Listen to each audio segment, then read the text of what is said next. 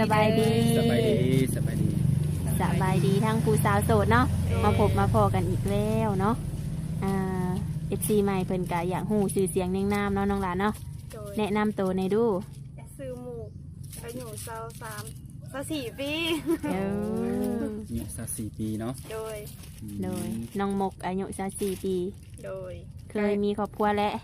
เคยมีแล้ว มีดุนํกันบ่ มี ดุได้จักปีแล้วจ้ะเนาะ 3 ปีแล้ว มีลูกคนเดียวบ่ โดย โดยผู้หญิงผู้ชายน้องล่ะ ผู้ชาย ผู้ชายเนาะ โดย ปัจจุบันนี้ดูก็อาศัยอยู่กับน้อง โดย เลิกลากันโดนแล้ว 3-4 ปีแล้ว แล้วก็แสดงว่าเป็นโสดตั้งแต่พูดมาบ่ โดย ก็ถือว่าโดดโดน โสดโดนพอสมควรอยู่เนาะ โดย ทำผู้สาวโสด คือเป็นจังไดคือมานี่นะมาเปิดใจอีกมันบ่ โดย เปิดใจหาคนคุยบ่หรือหาคู่ชีวิตนี่ หาคู่ชีวิต หาคู่ชีวิต โดย เมื่อยกับการเป็นโสดแล้ว โดย มั่นใจมันบ่ โดย คือในความหาคู่ชีวิตนี้คือทางน้องหมกนี่พร้อมสละโสดเลยแมันบ่เนี่ย โดย ก็กระตุ้น แต่ในการที่แบบว่าพร้อมสละโสดนี่ถ้าว่ามีคนเข้ามาล้มนี่จะล้มกันดนบ่ก่อนตัดสินใจนี่ โดนบ่โดนประมาณเดือนปลายกันนั่นแหละคู่แล้ว เดือนปลายนี่ถ้ามักกันมาขอได้เลยแมันบ่เนี่ย โดย มันในมาหน่อยเหมือนกัน คนเนาะแต่ทางน้องหมกนี่สิจำกัดอยู่บ่ว่าต้องเป็นคนทางใดต้องมาล้มกับน้องนี่นะ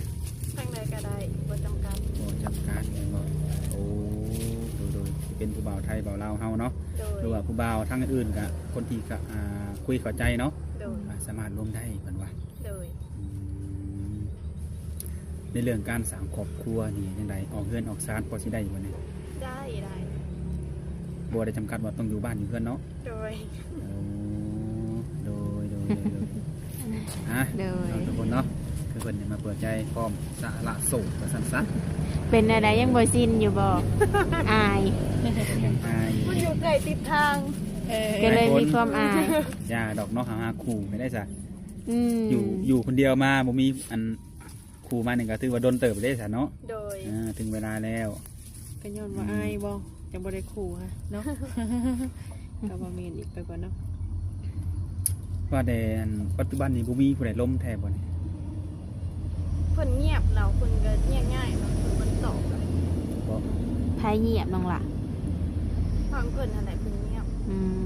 ผู้บ่าว คือล้มผู้บ่าวเท่าไหร่ที่ผ่านมานี่ คนไทยนี่แหละ ล้มคนไทย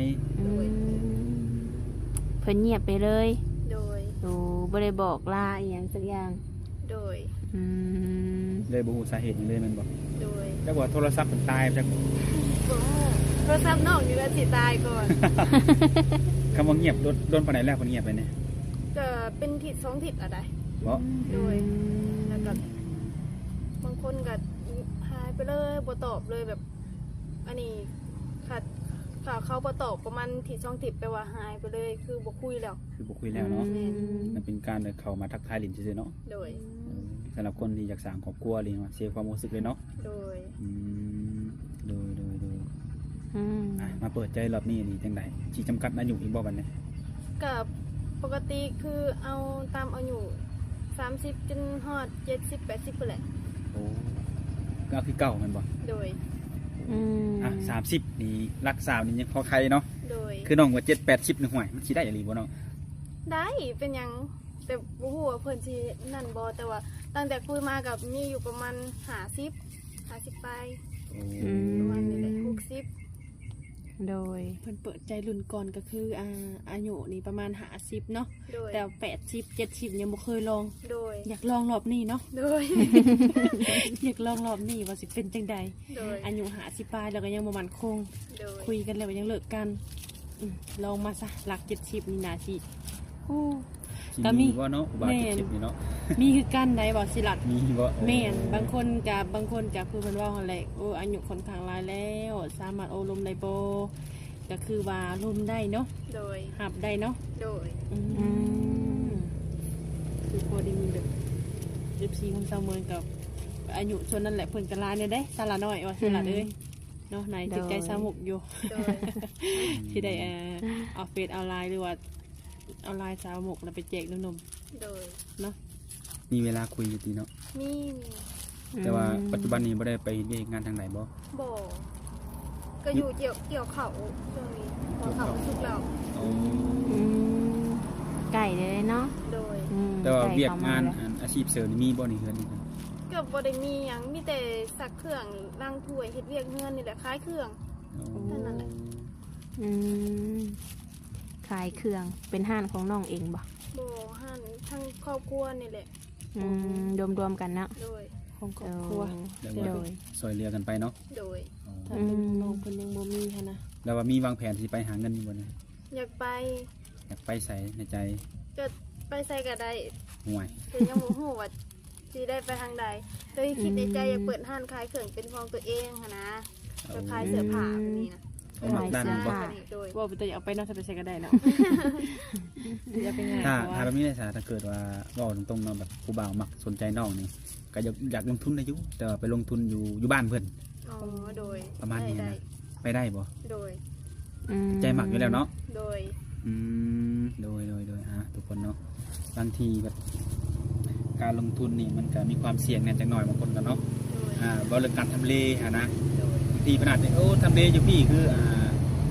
เป็นตาแบบว่ามีรายได้หลายกว่าก็เลยอยากไปลงทุนอยู่พุ่นนะ โดย อืม อยู่ไทยก็ไปได้เนาะ โดย โอ้ทุกคนเนาะเอาง่ายคือเป็นหยังคือว่าอยู่ไทยเพราะว่าส่วนหลายก็มีแต่ผู้บ่าวไทยเนาะ โดย ไปลงมาก็ลงแต่ผู้บ่าวไทยมันบอก โดย เมืองนอกเมืองนาเคยลมอยู่บ่ เคยแต่ว่าเคยครั้งเดียวค่ะไหนคนเดียวแล้วก็แล้วเลย เดี๋ยว อื เลย ม โดย โดย ตั้งแต่เปิดใจเหมือนนี้มีบุคคลที่เห็นให้น้องนี่แบบมักเข้าแหงมักแทนมักหวาน มี มีแบบ มี เขาไปใส่แล้วตอนนี้ ก็ตั้งแต่น้องถ่ายคลิปตั้งแต่แรกแล้วเจอน้องบอก อื อื ม ม เงียบไปเลย โดย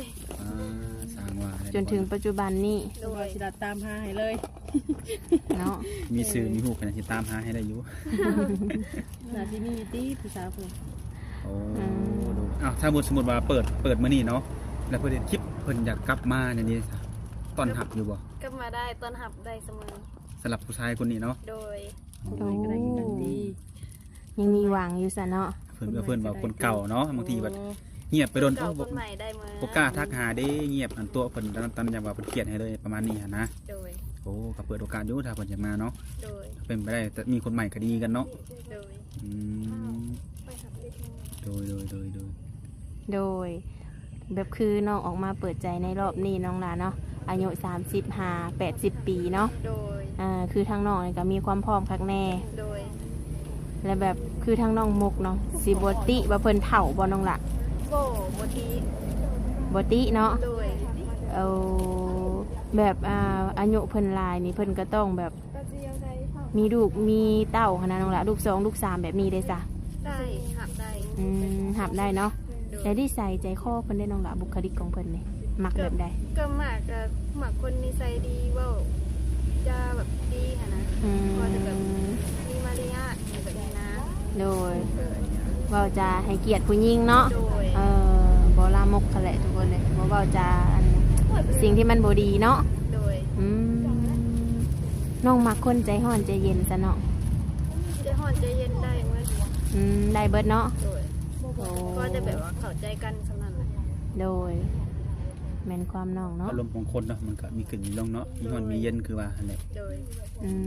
มอาชีพเวียกงานเพิ่นเด้มักบ่าวแบบใด แบบใดก็ได้ ได้เบิด จำกั บ่ ว่าเพิ่นเฮ็ดงานหยัง โอ้ บ่ชาวไร่ชาวนานี่พอมีสิทธิ์จีบน้องได้บ่เนี่ย ได้นอกจากสหายสมาคือกันบ่มีไผดอกว่าสิบ่เฮ็ดให้เฮ็ดนะมันก็ต้องมีหา เนาะแม่นความน้อง โดย อืม คือว่าน้องมักคนใจดีนิสัยดีเนาะแต่ว่าบุคคลนี่แบบเพิ่นบ่ค่อยมีปานใดนะแต่ว่าถ้าว่าร่วมกับน้องแล้วแบบสร้างสาไปนำกันดีๆสิมีคิดอยู่บ่ มี ได้เนาะ โดย โอ้ยันว่าต้องการแบบคนที่มีความพร้อมแบบว่าดูแลเฮาได้ตลอดชีวิตประมาณนี้นะบ่แม่นเนาะ โดย โอ้ก็คือแบบสไตล์แบบใดก็ได้เนาะ โดย ปัญหาที่ว่าเขามาคุยกันแล้วมีความเข้าใจกันหรือบ่เนาะ โดย อืม โดยถือว่ามื้อนี้ก็ อยู่เฮือนเอาลูกบ่มื้อนี้ โดย แล้วลูกยังบ่ได้เข้าโรงเรียนบ่น้องล่ะ เข้าแล้วเข้า เข้าแล้วเนาะ เรียนอนุบาล บ้านหนึ่ง 1โดยปีหน้าก็ประมาณอนุบาล2 โดยเป็นแม่เลี้ยงเดียว มีลูกหนึ่งแต่ก็งามทุกคนได้หุ่นกันหน่อยซ้ำหุ่นหน่อยหุ่นเพียว นั่นแห เห็ ละ น จัง เนาะ บ่อยากเสือผมขึ้นไปได้บ่อันบ่มีคนมาจีบนี่เนาะ โดย บ่มักเขาบ่บ่มักเขาหรือเขาบ่มักเขาเอาคนเดียว เขาบ่มักเฮาบางคนเขาก็ว่าเฮานี่งามแล้วก็แบบว่าว่าบ่มักดอกคนอายุซำนี้แบบนี้นะมักวัยรุ่นแบบนี้นะแต่ว่าน้องอะสำหรับน้องแล้วน้องบ่ได้เคยพบกับใครแต่ว่าบ่ได้มักวัยรุ่นมักคนอายุหลายกว่า โดย คือน้องมักคนมีอายุหลายกว่า โดย สาเหตุเพราะหยัง ก็คือแบบว่า คนมีอายุหลายกว่าเนี่ยความคิดของเขาคือแตกต่างกับวัยรุ่น เขาบ่กินบ่ลิ่นบ่เที่ยว โอ้ แบบนี้นะนี่จะหาสร้างกว่านี้เขาพูดแบบวัยรุ่นมันก็มีแต่แบบไปกินไปลิ่น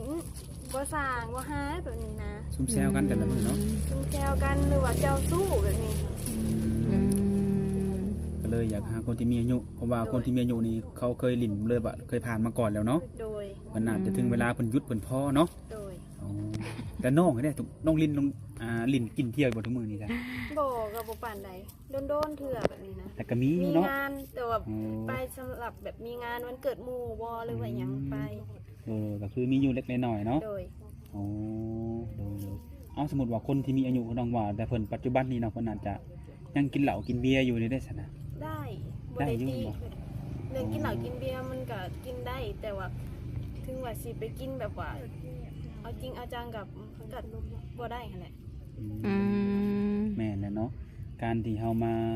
เป็นครอบเป็นครัวเนาะ โดย แต่สิเอาพวกตอนนั้นเป็นเรื่องใหญ่มันก็เป็นไปบ่ได้ว่าซั่นซะเนาะ โดย โอ้โดยเอ้าก็ตามนั่นแหละคือว่าทุกคนเบิ่งก็ง่ายคือตรงๆก็คือน้องเพิ่นก็มีเวียกจากไปไหนมื้อนี้นะ โดย ก็สิมาขอถ่ายที่เพิ่นตอนนี้เพราะเพิ่นก็อยากสร้างครอบครัวแท้ว่าเนาะ โดย ถ้าหากว่ามีอีหยังเพิ่มเติมหรือว่าอยากฮู้รายละเอียดเนาะ โดย ก็คือว่าทักการส่วนตัวเพิ่นได้ โดย มีหยังในให้หนุ่มๆทางติดต่อเนี่ย